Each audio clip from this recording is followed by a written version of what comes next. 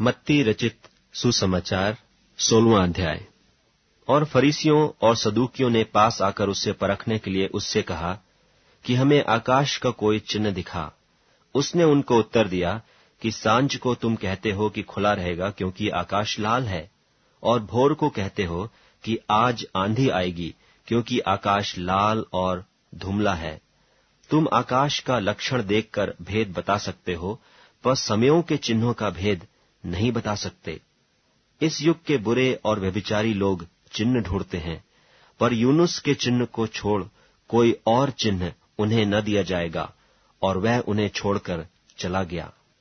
और चेले पार जाते समय रोटी लेना भूल गए थे। यीशु ने उनसे कहा, देखो, फरीसियों और सदूकियों के खमीर से चौकस रहना। वे आपस में विचार करने लगे कि हम तो रोटी नहीं लाए। यह जानकर यीशु ने उनसे कहा, हे अल्पविश्वासियों, तुम आपस में क्यों विचार करते हो कि हमारे पास रोटी नहीं? क्या तुम अब तक नहीं समझे और उन 5,000 की 5 रोटी स्मरण नहीं करते, और न यह कि कितनी टोकरियां उठाई थीं, और न उन 4,000 की 7 रोटी, और न यह कि कितने टोकरे उठाए थे?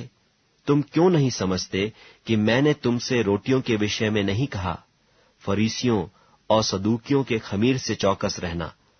तब उनकी समझ में आया कि उसने रोटी के खमीर से नहीं, पर फरीसियों और सदूकियों की शिक्षा से चौकस रहने को कहा था। यीशु कैसरिया फिलिप्पी के देश में आकर अपने चेलों से पूछने लगा कि लोग मनुष्य के पुत्र को क्या कहते हैं? उन्होंने कहा, कितने तो यूहन्ना बपतिस्मा देने वाला कहते हैं, और कितने एलिय्याह, और कितने यिर्मयाह या भविष्यद्वक्ताओं में से कोई एक कहते हैं। उसने उनसे कहा, परंतु तुम मुझे क्या कहते हो? शमौन पतरस ने उत्तर दिया कि तू जीवते परमेश्वर का पुत्र मसीह है। यीशु ने उसको उत्तर दिया कि हे शमौन, योना के पुत्र, तू धन्य है, क्योंकि मांस और लोहू ने नहीं, परंतु मेरे पिता ने जो स्वर्ग में है यह बात तुझ पर प्रकट की है। और मैं भी तुझसे कहता हूं कि तू पतरस है, और मैं इस पत्थर पर अपनी कलीसिया बनाऊंगा, और अधोलोक के फाटक उस पर प्रबल न होंगे।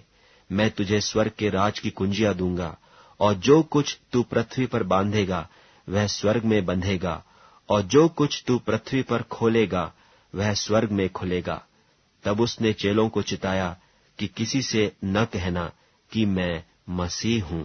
उस समय से यीशु अपने चेलों को बताने लगा कि मुझे अवश्य है कि यरूशलेम को जाऊं और पुरनियों और महायाजकों और शास्त्रियों के हाथ से बहुत दुख उठाऊं और मार डाला जाऊं और तीसरे दिन जी उठूं।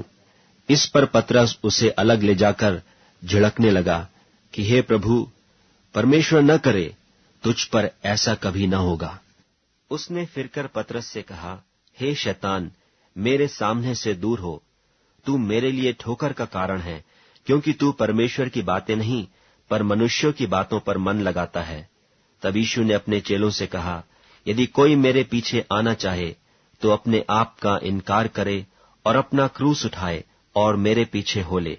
क्योंकि जो कोई अपना प्राण बचाना चाहे वह उसे खोएगा, और जो कोई मेरे लिए अपना प्राण खोएगा वह उसे पाएगा। यदि मनुष्य सारे जगत को प्राप्त करे और अपने प्राण की हानि उठाए तो उसे क्या लाभ होगा? या मनुष्य अपने प्राण के बदले में क्या देगा? मनुष्य का पुत्र अपने स्वर्गदूतों के साथ अपने पिता की महिमा में आएगा, और उस समय वह हर एक को उसके कामों के अनुसार प्रतिफल देगा।